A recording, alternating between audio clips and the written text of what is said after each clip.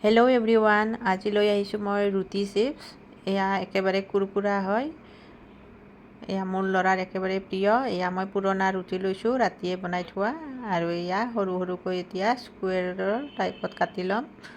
সকলোৱে যেনেকুৱা ডিজাইনত কাটিব পাৰে, মই এনেকৈয়ে কাটিলোঁ। খাই খুব ভাল লাগে। এইটো কুৰকুৰা হয়, একেবাৰে চিপছ নহ'লেও হৈ যাব। আৰু এয়া কাটা হ'ল মোৰ।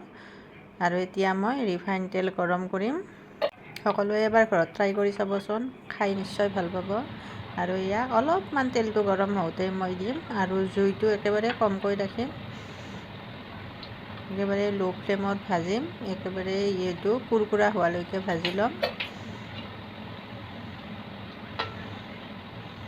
মোৰ মানে সদায় এইটো বিচাৰেই আৰু ৰুটি বনালে দুখন মই বেছিকৈ বনাওঁ, আৰু এই দুখন ৰুটি এক্সট্ৰাকৈ থৈ দিওঁ, আৰু নেক্সট দিনা এনেকৈ চিপছ বনাই দিওঁ। এয়া এনেকৈ অলপ অলপ ব্ৰাউন কালাৰ হোৱালৈ ভাজি লৈছোঁ, আৰু তেলৰ পৰা উঠাই এনেকৈ লৈ ল'লোঁ। এটা পাত্ৰত লৈ ল'ম, ইয়াকে ঢাকনি থকা পাত্ৰ ল'ম মই।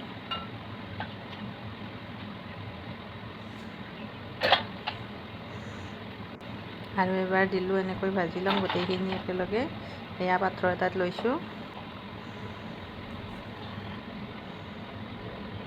আপোনালোকে খাই পাইছেনে জনাবচোন। এয়া মই মছলা ৰেডি কৰিছোঁ।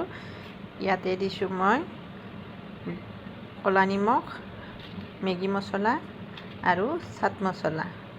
এই তিনিওটা মিক্স কৰি লৈছোঁ, এক চামুচ। আৰু এইটো এতিয়া এই চিপছৰ ওপৰত দি দিম।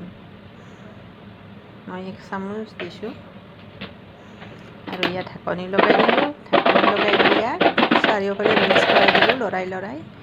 আৰু এয়া মোৰ ৰেডি হৈ গ'ল ৰুটি চিপছ। খাবলৈ ইমান সোৱাদ। সকলোৱে এবাৰ ট্ৰাই কৰিব আৰু মোক জনাব কেনেকুৱা লাগিছে। Bye bye.